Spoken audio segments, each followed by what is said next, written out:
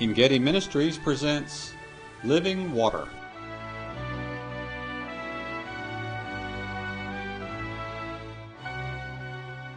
Welcome to another in the Living Water Bible Study broadcast. Your speaker today is Dr. David Lawrence. I'm your host, Danny Hale. Thank you for taking time to be a part of our program today. Today's lesson is a continuation of a series Dr. Lawrence has entitled, Why Should I Believe? This has been a very meaningful study to this point as we have looked at various evidences that support our Christian faith. It is important to remember that our faith is not just that we serve a holy, omnipotent God, but our faith is wrapped up in the person and work of His Son, Jesus, on our behalf in redemptive history. What does history have to say about Christ? Today, Dr. Lawrence himself, a historian, will lead us in a study he has called Historical Jesus. Did Jesus really live? David? Thank you, Danny. If you've been listening to our program for the last few weeks, you will remember that we've been talking about reasons to believe. And I hope that this series of studies will be helpful to you because we are told in Scripture that we should be ready to give an answer to everyone who asks us a reason for the hope which lies within us with meekness and fear. And people do have a right to ask.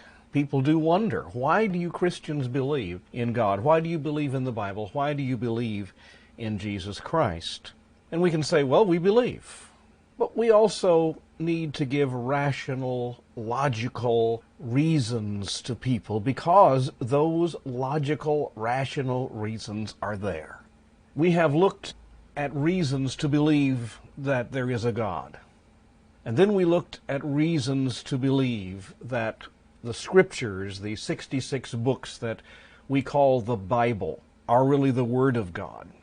And we come today to a third major topic in this field of what we call apologetics, or evidences or reasons why we should believe. 1, God; 2, the Bible; and 3, the person and the work of Jesus Christ. Now, in reality, it is absolutely necessary that we come to this point. We can establish that God is, but that doesn't establish in and of itself the accuracy of the Christian faith.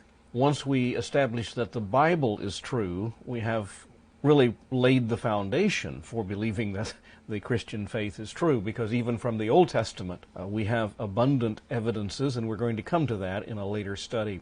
But certainly for a Christian it is necessary to be able to say, this is why I believe in Jesus Christ. In the earliest days of the church, those apostles whom Jesus had handpicked went out preaching the gospel. And if you look at the basic outline of their sermons, it is really very simple. It wasn't a 3-part sermon that we hear so often today. For the most part, it was a 2-part sermon. And the first point that they made in that sermon was that Jesus fulfilled the prophecies of the Old Testament. And the second was that He was raised from the dead. Now, these are 2 areas of study that we're going to be looking at in our subsequent studies. But right now, before we do that, there's another question that we need to answer.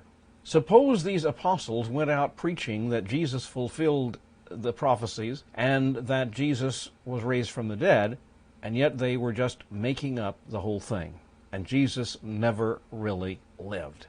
It is interesting how many times I receive the question from people, can we prove that Jesus really lived, that He was an historical figure? Well, my professional work is in the field of history, historiography, and we are trained to be able to determine to the best of our ability what really happened and what didn't happen. That becomes the burden and the responsibility of an historian. And the historian makes that judgment based on sources. There are different kinds of sources. We speak of primary sources and secondary sources. Primary sources mean the original sources that were written at the time of the event, written by people who were witnesses of the event or very close to the event. Secondary sources are those histories and compilations and accounts that were written at a later time based on the primary sources. So do we have primary sources that would establish that Jesus really lived? The Christian faith, you see, is an historical faith. It is based upon real events that took place in a real-life context at a point in time. And that point in time, as far as the life of Christ is concerned, is the same time that the Roman Empire began, the same time that the Emperor Augustus established the empire, the Principate as it is called, and during the time of his successor Tiberius. And the church began to grow under the next emperors, Gaius and Claudius and Nero. So we're talking about real historical events. But again, do we know that Jesus really lived? Certainly, he's placed in a real historical context, but is he real? Do we have sources? Do we have reliable sources? Well, to begin with, we have the 27 books of the New Testament. And let me assure you, these are reliable sources. We've already looked at the reliability of the Bible in a previous study. But let's back away now and look at the New Testament in terms of the fact that it gives us a reason to believe in Jesus.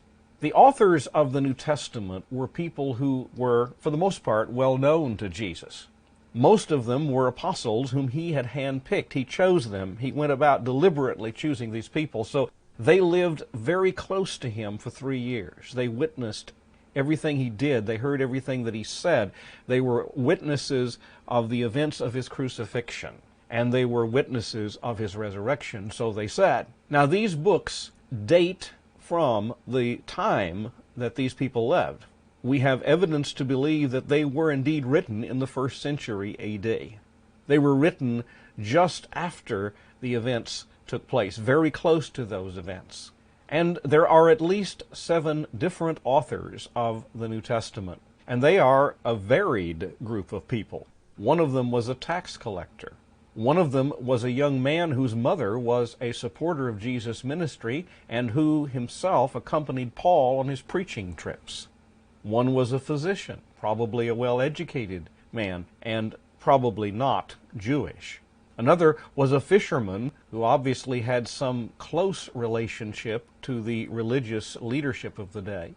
And yet another one was a fisherman who became the leader of the disciples, and another was probably the half-brother of Jesus. The authorship of one book of the New Testament, namely the book of Hebrews, is in doubt, so it is possible that we may have an 8th writer.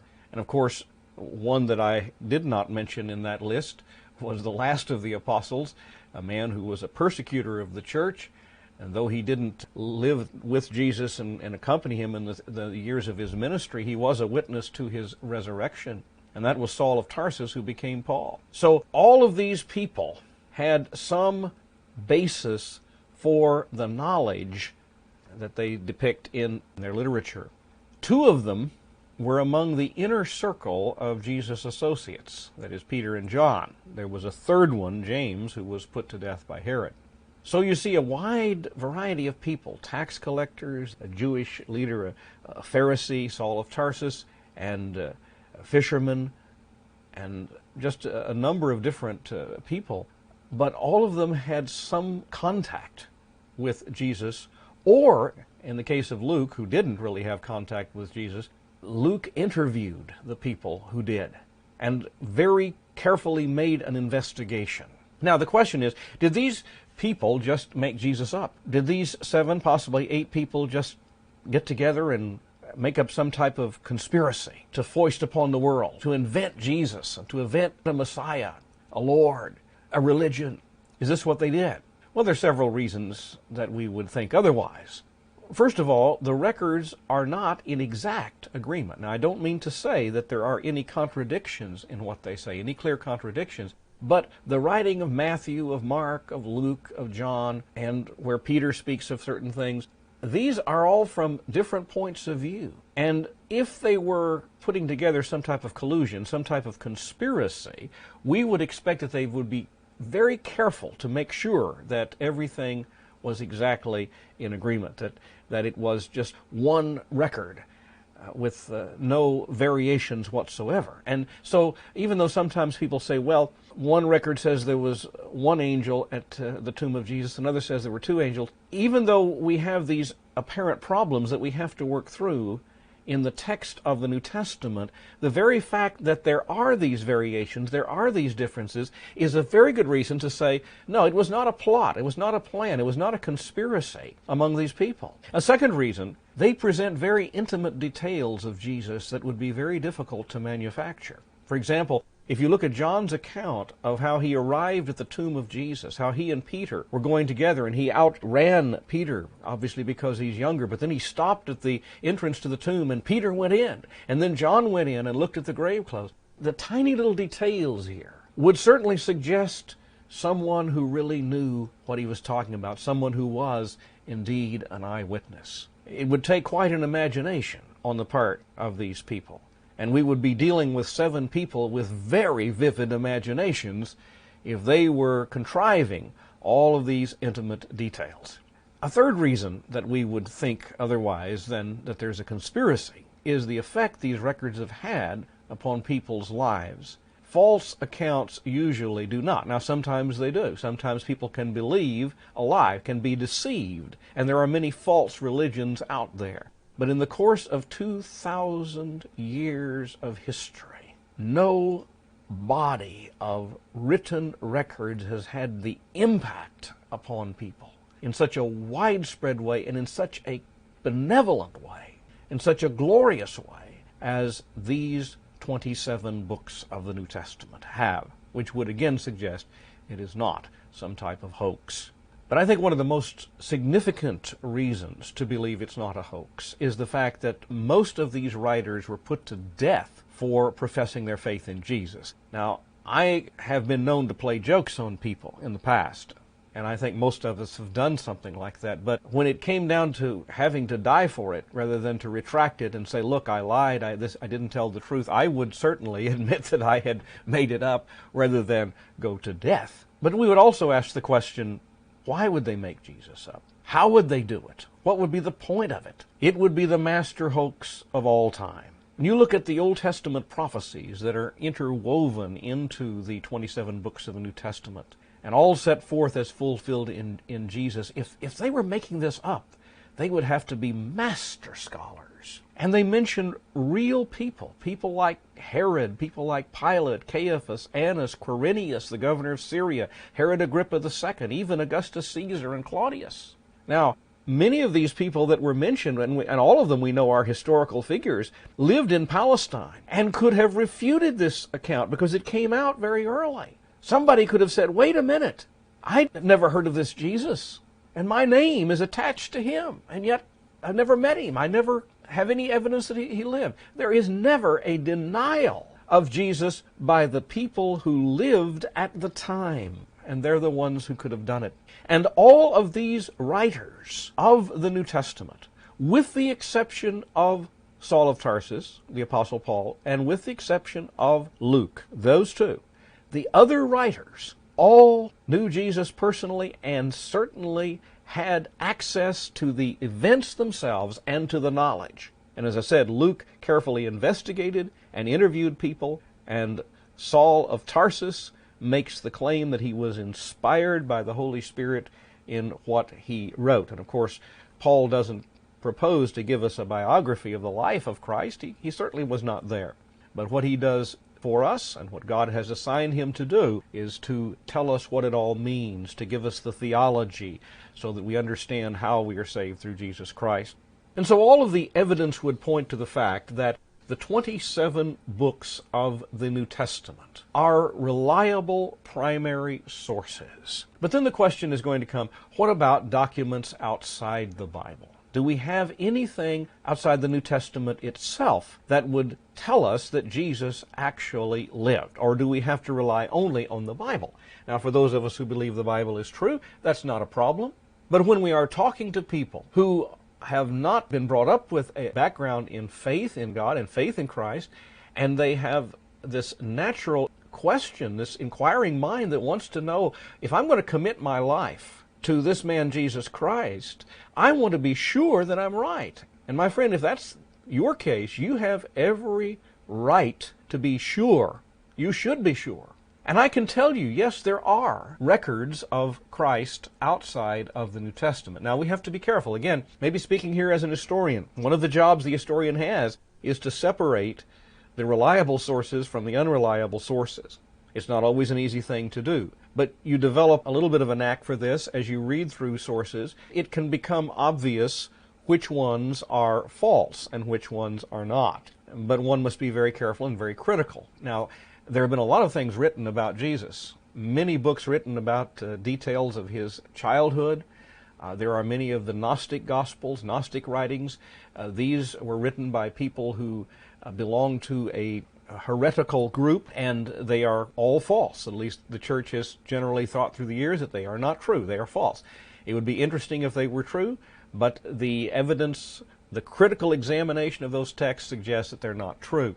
And there are many other things. I obtained a book the other day, and it's very, very interesting. All kinds of documents supposedly dealing with the life of Jesus Christ.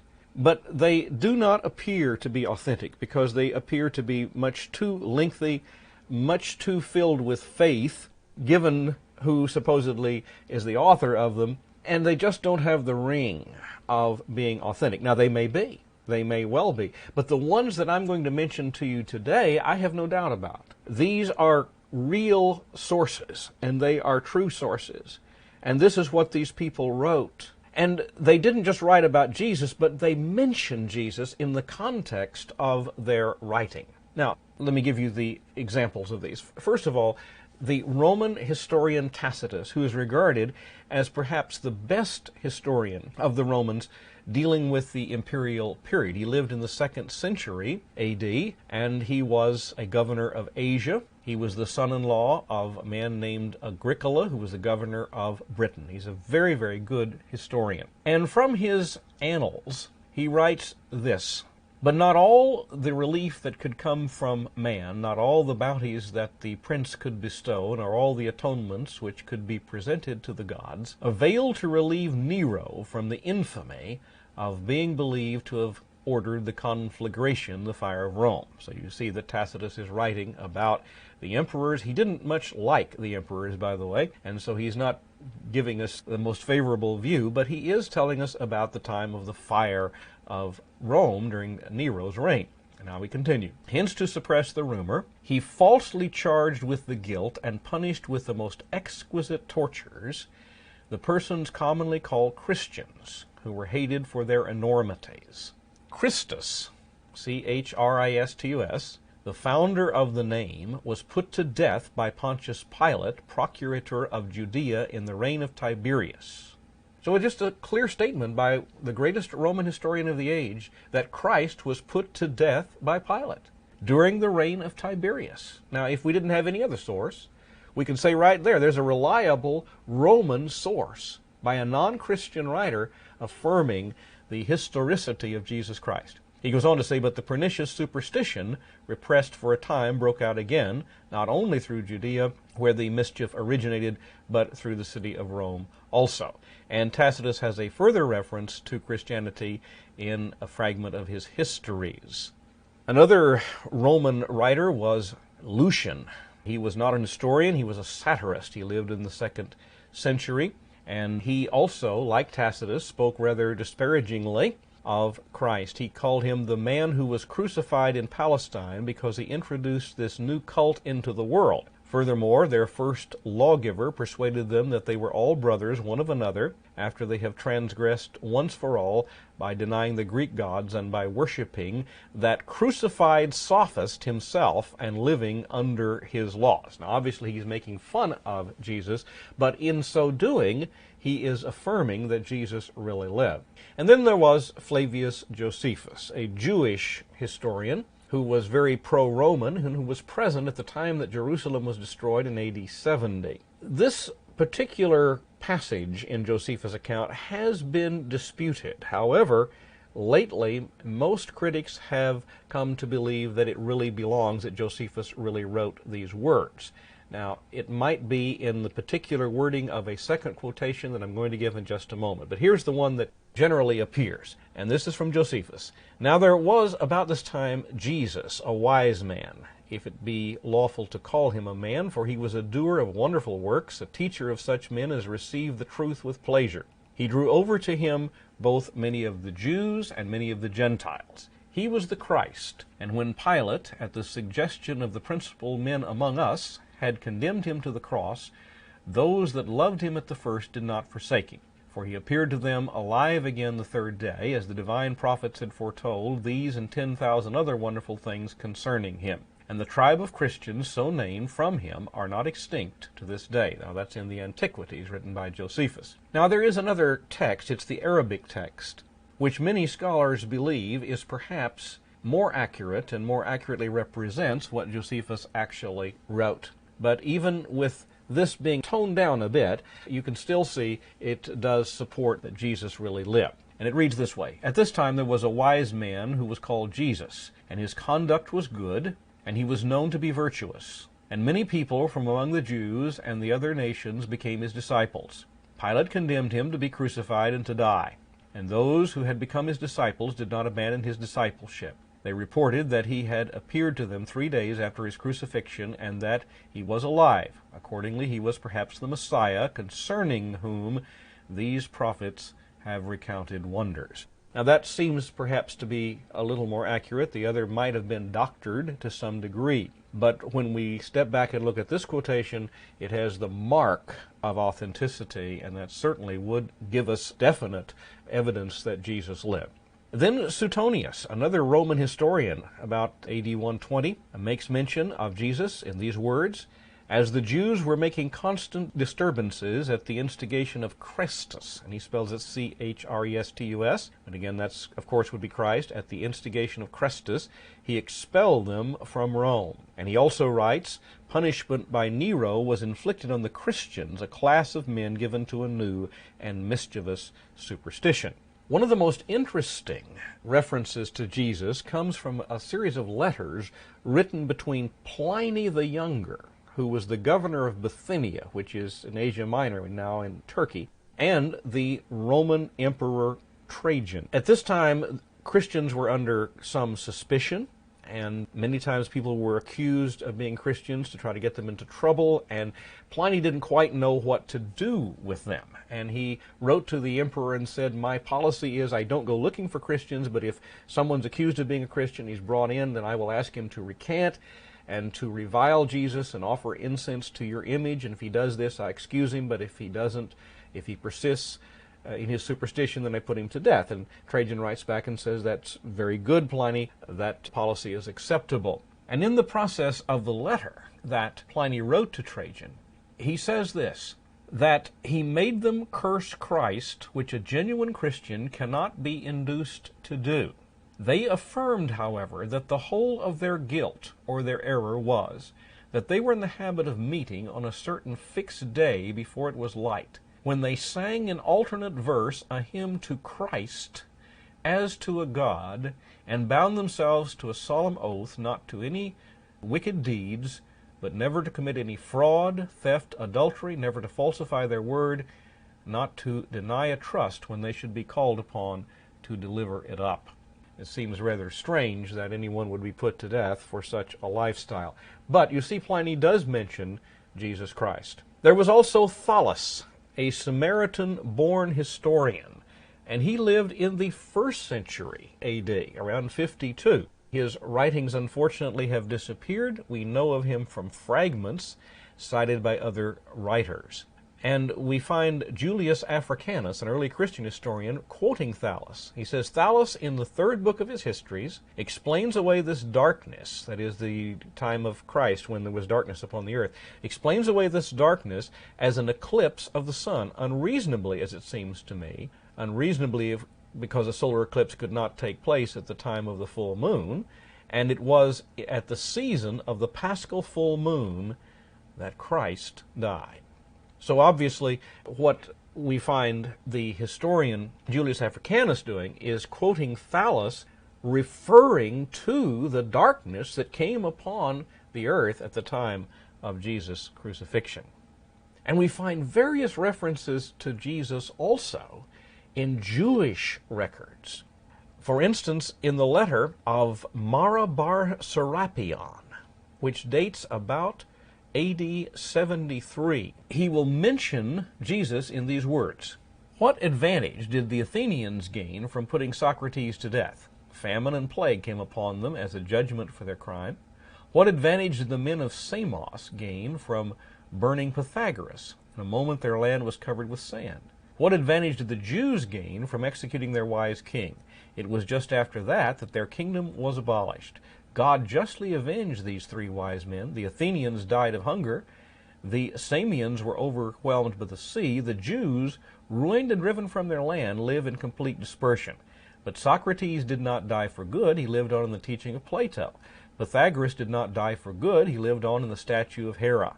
Nor did the wise king die for good. He lived on in the teaching which he had given. Justin Martyr, in writing a defense of Christianity in the 2nd century, mentions that if you have any doubt, he's writing to the Emperor Antoninus Pius, says, if you have any doubt about the accuracy of what I'm saying, you may consult the Acts of Pilate, which were on file in the Public Records Office in Rome. In the Jewish Talmuds, there are several references to Jesus. These are Jewish writers who were not at all supportive, of course, or not believers, but they refer to him as Jesus ben Pandora or Jesus ben Panthera. The Babylonian Talmud says they hanged him on the eve of Passover. We're not sure why they called him Ben Pandora. It suggested a play on words, that word maybe suggests the son of a harlot rather than the son of a virgin. On the eve of Passover, they hanged Yesu of Nazareth, and the herald went before him for 40 days, saying, Yesu of Nazareth is going forth to be stoned, in that he has practiced sorcery and beguiled and led astray Israel. Let everyone knowing aught in his defense come and plead for him. But they found naught in his defense and hanged him on the eve of the Passover. That's a Jewish record. Another of the records says, and do you suppose that for, again, Yesu, there was any right of appeal? He was a beguiler, and the merciful one has said, thou shalt not spare, neither shalt thou conceal him. It is otherwise with Jesus, for he was near to civil authority. Another record says, I found a genealogical roll in Jerusalem wherein was recorded such a one is a bastard of an adulteress.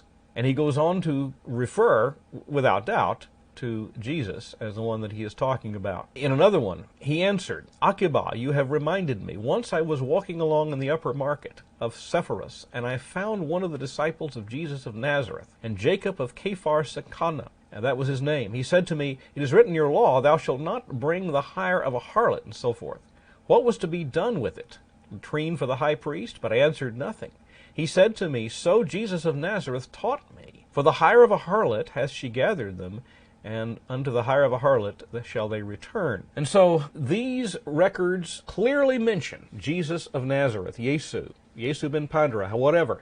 They do mention Jesus in an historical way. So all of these records are outside the Bible itself and establish that Jesus indeed was historical.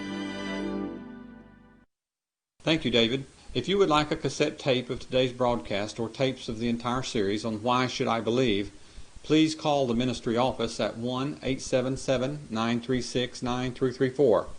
Again, the number is toll-free, 1-877-936-9334. Or write to the ministry office at Engedi Ministries, 165 Blair Road, Laverne, Tennessee, 37086. Again, the address is Engedi Ministries, that's E-N-G-E-D-I Ministries, 165 Blair Road, Laverne, Tennessee, 37086. Engedi exists as a ministry to provide Bible study materials to help individuals in their own personal Bible study. You may review the entire list of Engedi materials by visiting our website at www.engedi.org. Again, that's www.engedi.org. We pray that our program has been a blessing to you, and until our next broadcast, may God bless you and keep you.